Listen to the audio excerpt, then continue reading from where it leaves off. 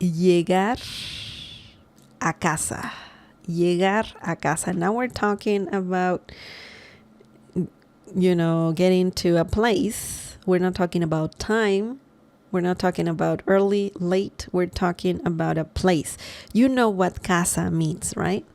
This is a very common word. La casa, casa. Helps you add destinations, places to sentences. So when you say llegar a, you're arriving to, some place. Casa means house. Llegar a casa, you know the meaning, right? It's pretty obvious. It's quite obvious. This means to get home. To get home. It's important to learn this one because, if someone asks you, what time are you getting home? Are you almost home?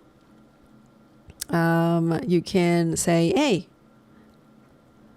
I got home early or late last night, for example, right? So it's important to learn something like this as well. And it's a simple meaning, just to get home. Okay. Obviously, you can change casa to anything else. It could be, fiesta, casa, trabajo, hotel. Okay. So you can change casa, but this term by itself, it's very common. Okay. So let's look at some examples. Después del trabajo, siempre llego a casa cansado. Después del trabajo, siempre llego a casa cansado. And this means I always get home tired after work. It happens. A lot of people, when they get home after a long day at work, they feel tired. So let's break this down and let's see how this sentence works. Después, this word right here means after. Okay? After. Después. After. De él. Remember, this is two words that when they're together in Spanish, they have to become just one word. Del. So you don't say de él. You don't need to. As a grammatical rule, del is a thing, and you have to follow that rule. Después del means, well, actually we need to include trabajo because we don't have del. Del in Spanish is of the. We don't have it in English, but después del trabajo means after work. You can just remember this. If you want to say after work in Spanish, you can say that. Después del trabajo. Okay? Remember, trabajo in Spanish can mean work and job. Okay? So that's pretty good. You don't have to learn two different words. So siempre means always. Have you noticed that the whole order of words is completely different in Spanish? It's interesting. So, después del trabajo, siempre, after work, always, yo llego a casa. Yo llego a casa. You don't need yo. Drop yo. You can say llego a casa, and that means I get home. This is the term we're learning. Llegar a casa. You can have a la casa. Llego a la casa. You don't have to, but you can. You can also say llego a casa. A casa. Okay? And that means I get home. Cansado. Cansado means tired in Spanish. This is masculine and this is feminine. Cansada. Cansada, feminine.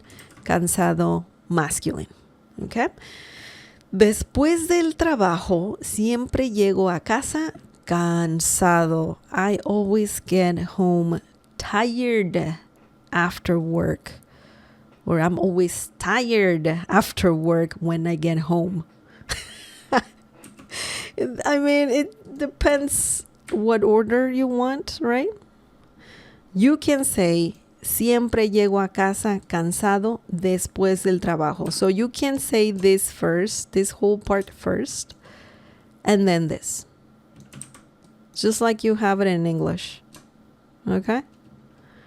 It works. You can say, siempre llego a casa cansado después del trabajo. That's okay. Spanish is quite flexible. Quite flexible. You can change the order a little bit, and it's going to be fine. It doesn't work all the time, but it often does. It often does. Okay. Now, let's learn another, or let's just look at another example. The next example is, ¿por qué llegaste a casa tan tarde? ¿Por qué llegaste a casa tan tarde? And this means, why did you get home so late? Why are you late? What happened? What happened to you? So let's break this down. ¿Por qué? This in Spanish means why. You can't just use it by itself. ¿Por qué? ¿Por qué? And that means why. Okay? Llegaste. Tú llegaste. We don't need tú. We need llegaste because that's the verb conjugated. And let's include a casa because that's the term we're learning. Llegaste a casa. Get home. You. It's like saying you got home, okay? But in English, there's did, right? We don't have did in Spanish. We just use the verb conjugated, okay? Tú llegaste, present tense, past tense, and using the personal pronoun you, tú. We don't use personal pronouns in questions, specifically in the beginning. You can add some after, but when talking about the first action, you don't use personal pronouns. You cannot say ¿por qué tú llegaste? You could, but it's not a common thing to do in Spanish, okay? So, ¿por qué llegaste a casa? That means, why did you get home, okay? Tan means so. Tan, so. Tarde, late. You can use the term tan tarde, and that means so late. You can use it in many different situations, in questions, in just regular sentences, in different situations, of course. And tan tarde just means so late. Okay?